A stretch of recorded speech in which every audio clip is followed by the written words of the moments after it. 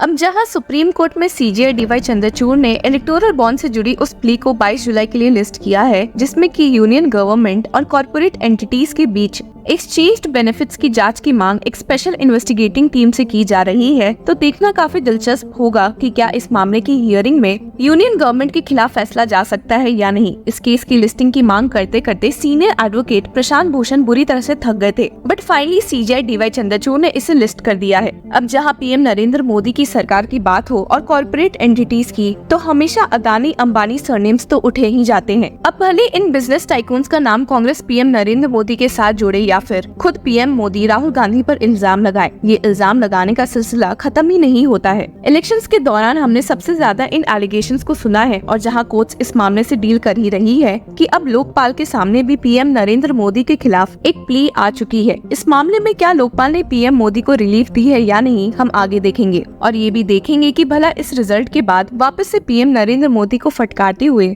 Congress leader Jairam Ramesh ने क्या कहा है। आपको ध्यान ही होगा कि अपोजिशन पार्टीज हमेशा ही पीएम नरेंद्र मोदी पर ये इल्जाम लगाती है कि वे अडानी और अंबानी को फेवर करते हैं। हालांकि अप्रैल में पीएम नरेंद्र मोदी ने राहुल गांधी को उल्टा फटकारते हुए कह दिया था कि भला वे अडानी या अंबानी मैटर्स पर कई दिनों से चुप्पी क्यों साधे बैठे हैं, और क्या उन्हें अब अडानी और अंबानी ने टेम्पो भर भर के पैसे खिला दिए हैं। और इसी मामले की जांच की मांग करते हुए एक प्ली लोकपाल में पहुंच गई थी पीएम नरेंद्र मोदी के खिलाफ एक्शन की मांग करते हुए। लोकपाल, जो कि हमारे देश की एक एंटी करप्शन अथॉरिटी है, के हेड और कोई नहीं बल्कि former supreme court justice am Khanwilkar है। इस पिटीशन की सुनवाई के दौरान लोकपाल से जहां लोगों और कंप्लेनेंट को एक स्ट्रिक्ट एक्शन की उम्मीद थी, वहीं उन्हें शॉक देते हुए लोकपाल ने पीएम नरेंद्र मोदी के स्पीच को जस्टिफाई करते हुए कह दिया कि ये पूरा मामला एक इलेक्शन प्रोपेगेंडा है और कुछ नहीं। जी हाँ, आपने सही सुना। Lokpal stated The tenor of the speech borders on surmising and conjecturing and is purely an election propaganda for cornering the opponent by posing a questionnaire to him based on assumed or fictional fact। सिर्फ यही नहीं बल्कि लोकपाल ने prime minister Narendra Modi के खिलाफ ये complaint accept करने से ही मना कर दिया, जिसके साथ उन्होंने कहा भी कि अगर कोई इंसान अगर करप्शन के बारे में बताता भी है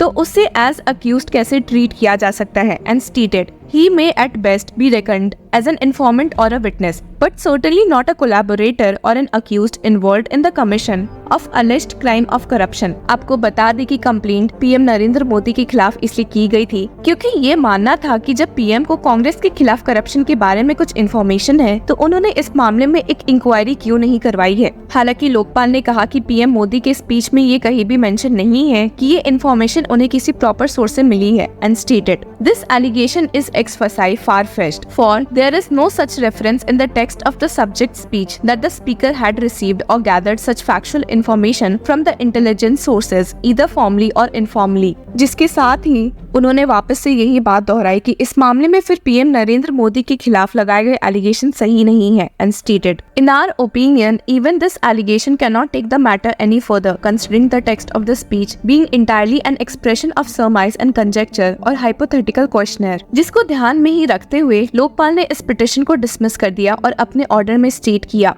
As noted earlier, the allegations in the complaint in no way disclose the commission of an offence of corruption by the Prime Minister himself. A fortiori, the complaint cannot proceed further against the Prime Minister based on the contents of the subject video clip. Hence, this complaint against the Prime Minister must fail at the threshold being untenable. इस petition में PM Narendra Modi के अलावा Congress leader के खिलाफ भी allegations लगाए गए थे कि अगर उन्होंने करप्शन करने में कुछ स्टेप्स उठाए हैं तो उनके खिलाफ भी एक्शन हो। पर लोकपाल ने स्टेट कर दिया था कि the allegations made against Rahul Gandhi are founded on unreal and unverifiable facts. आपको बता दें कि कंप्लेनेंट ने लोकपाल को पीएम नरेंद्र मोदी के स्पीच की एक ट्रांसक्रिप्ट दी थी। हालांकि उस बेसिस पर ही लोकपाल ने पाया कि this statement may be akin to having indulged in shadow boxing by no standards. However, such a suppositional questionnaire can be regarded as having revealed any information replete with verifiable allegations of corruption against another public functionary warranting intervention by the Lokpal. जिसके साथ ही लोकपाल ने ये भी कहा है कि Lokpal and लोकयुक्ता act 2013 के तहत उनके पास कोई ग्राउंड भी नहीं है इस मामले में कोई एक्शन लेने के लिए, क्योंकि ये साफ दिख रहा है कि करप्शन के पुख्ता सबूत नहीं है और बस इलेक्शन में कही गई बातें हैं।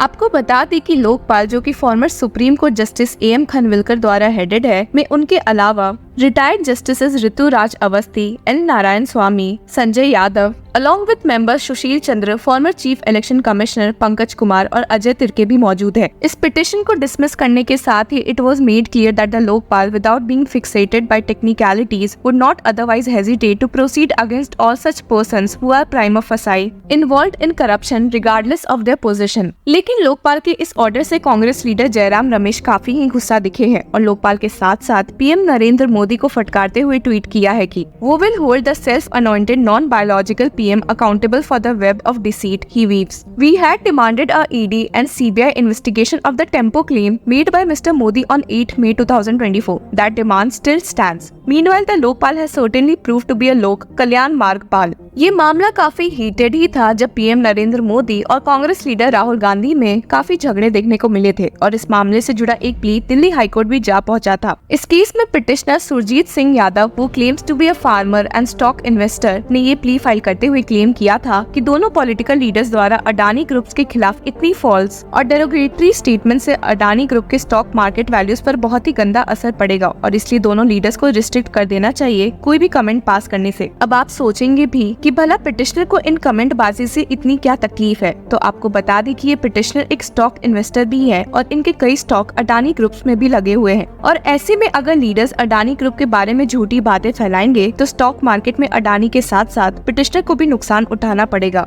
अपने प्ली में the petitioner has stated that such false, fabricated and misleading speech delivered and propagated by the defendant number 1 Rahul Gandhi while twisting about the loan write-off and the allegations leveled by the defendant number 2 PM Modi without any basis and justification against the industrialist has the potential to cause confusion among the general investors who invest in Indian stock market and the plaintiff, resulting in the high unanticipated volatility in the stock prices of the companies of these industrialists are causing huge losses to the investors and traders, which also includes the plaintiff। और इसलिए ही उन्होंने दोनों leaders को restrict करने की मांग court से की थी। सिर्फ यही नहीं बल्कि पिटिशनर ने राहुल गांधी पर फॉल्स और मिसलीडिंग स्टेटमेंट्स का भी इल्जाम लगाया है regarding alleged waiving of loan by the central government to the tune of rupees 15 or 16 lakhs crore of few industrialists, including Gautam Adani, who is the promoter of Adani Group of companies। Petitioner ने plea में कहा भी है कि राहुल गांधी ने जानबूझकर ऐसे comments Adani group के खिलाफ किए हैं ताकि उनके स्टेक होल्डर्स के मन में डाउट पैदा हो और उनकी मार्केट वैल्यू डिक्रीज हो। The